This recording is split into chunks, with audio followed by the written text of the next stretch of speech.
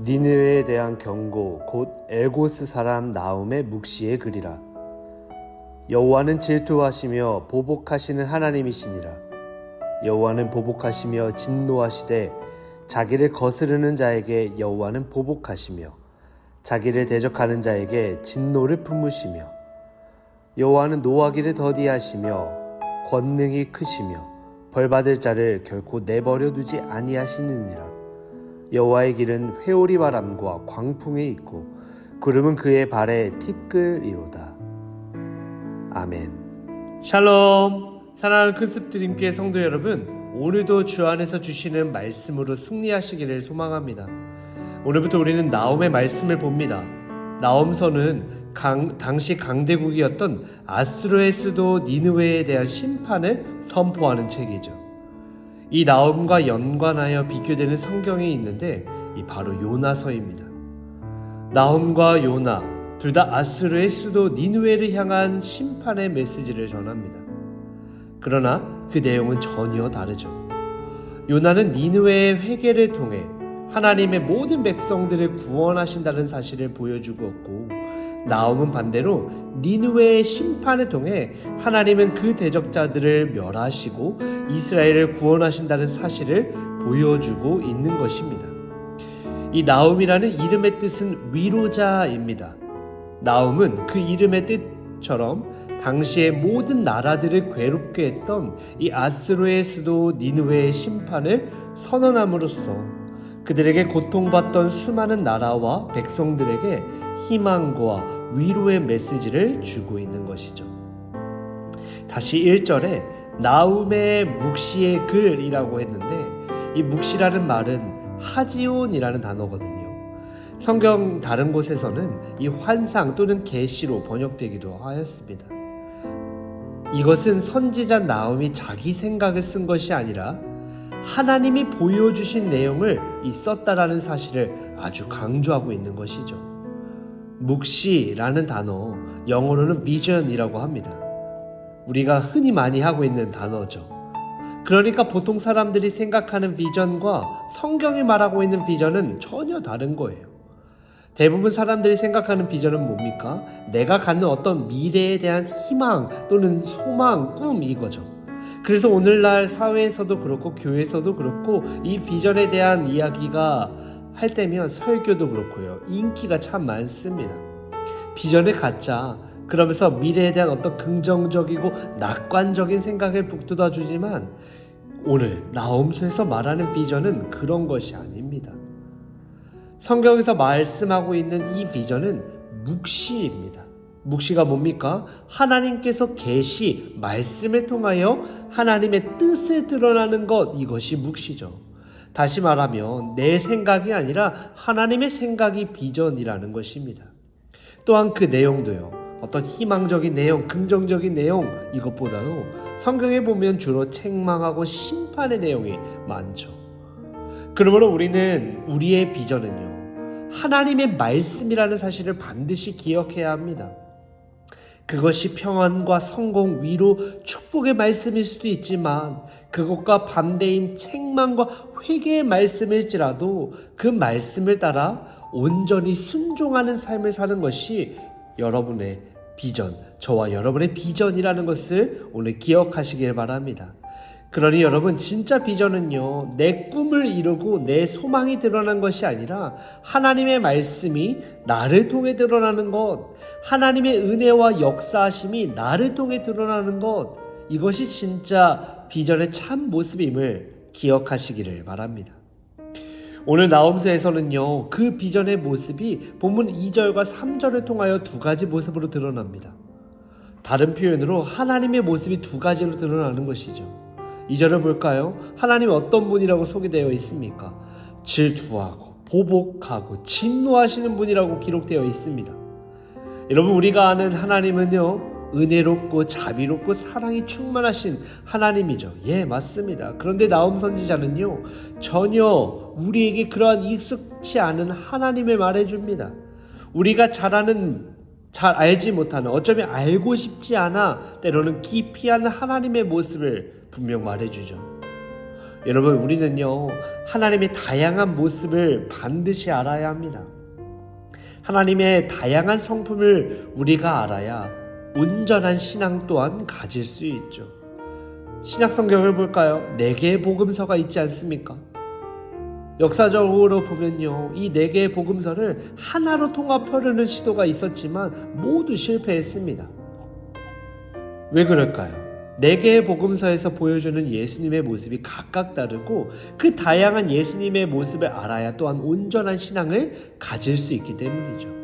그렇기 때문에 다양한 하나님의 모습, 다양한 예수님의 모습을 우리가 다 알고 신뢰할 수 있어야 그 바른 신앙 안에 우리가 거할 수 있다는 것입니다. 여러분, 니느웨 백성들이 왜 멸망합니까? 그들은 하나님을 몰랐기 때문입니다. 사람들이 심판받고 멸망하는 이유는요, 하나님을 제대로 모르기 때문입니다. 그러므로요, 우리는 하나님을 바로 알아야 합니다. 그리고 또한 알려주어야 합니다. 우리가 보통 전도할 때 옆 사람들에게, 이웃 사람들에게 뭐라고 말합니까? 하나님은 사랑이십니다. 하나님은 당신을 사랑합니다 라고 말합니다. 물론 틀린 이야기가 아니죠. 그러나 그것만 알려주어서는 또한 안 됩니다. 성경을 보면요, 전도의 첫 마디가 무엇입니까? 회개하라, 천국이 가까웠느니라. 회개하라, 천국이 가까이 왔느니라. 이것입니다. 하나님은요, 사랑의 하나님이시지만 동시에 공의의 하나님이십니다. 우리의 죄악을 결코 간과하지 않으시고 반드시 심판하신다라는 것이죠. 반드시 그 하나님 앞에 회개해야 한다고 말씀하고 있습니다. 물론 처음부터 회개하라라고 하면 누가 예수를 믿겠습니까?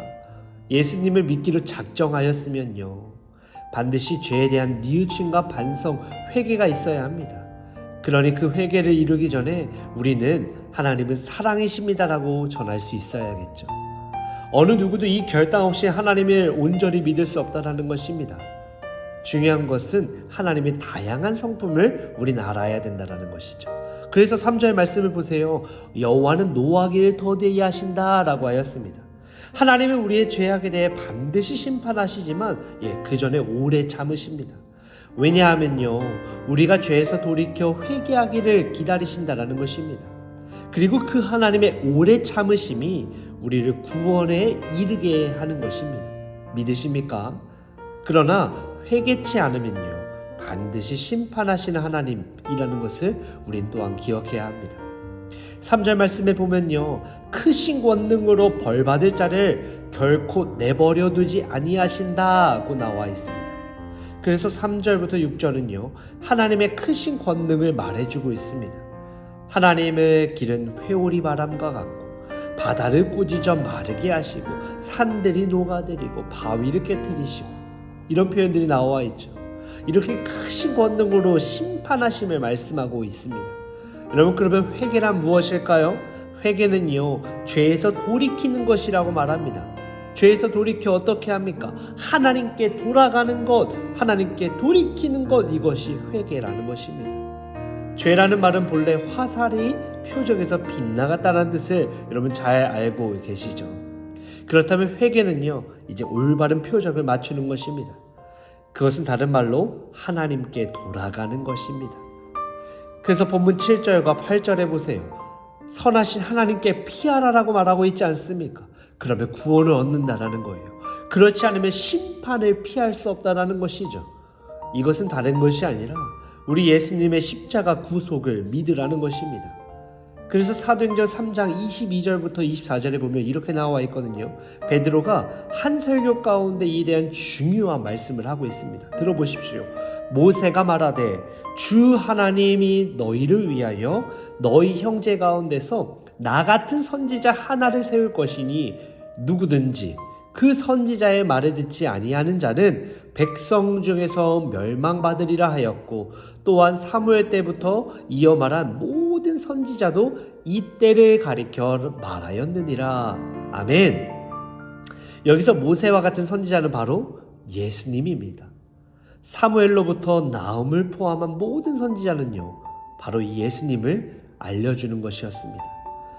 그러므로 오늘날 우리는요, 나음의 묵시를 통해 깨달을 수 있는 것, 결국 우리의 구원자 예수 그리스도라는 사실입니다. 예수님을 믿는 것이 하나님께 피하는 것이고 예수님을 거부하는 것이 하나님을 대적한다라는 것이죠. 그러므로 오늘 예수님을 믿는 믿음으로 하나님께 피하는 삶, 사랑과 공의로 세상을 다스리사 자기에게 피하는 자를 구원하시는 그 하나님의 은총 가운데 늘 거하는 삶을 살아가는 저와 여러분 모두가 되시기를 바랍니다. 사랑하는 여러분, 하나님은요 한없이 인자하시고 오래 참으시지만 오늘 나움 선지자를 통해 결코 죄를 덮어두시지는 않으신다라는 것을 분명히 또한 보여주고 계십니다. 죄를 방치하지 않고 공의로 심판하시는 하나님 앞에서 우리는 누구도 스스로를 변호할 수 없죠. 그러나 그 진노 가운데서도요 하나님은 여전히 선하시며 환난 날에 산성이 되시고 자기에게 피하는 자를 아신다라는 것입니다.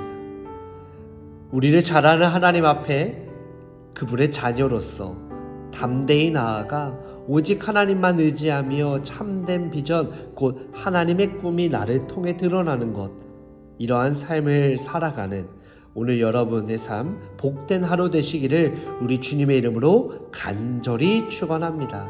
함께 기도하겠습니다.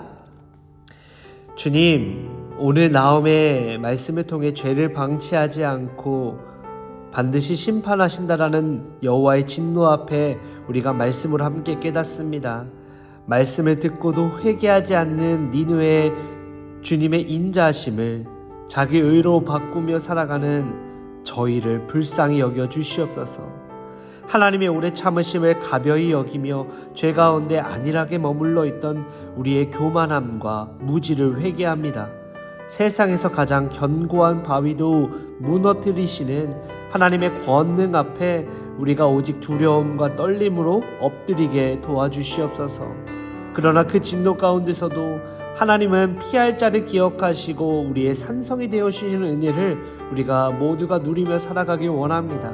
나를 가장 잘 아시는 하나님, 내 마음 깊은 곳에 모든 것, 나의 죄성까지 아시는 하나님께 이제는 내가 피할 처로 또한 맡김으로 하나님의 은혜 아래 머물게 도와주시옵소서.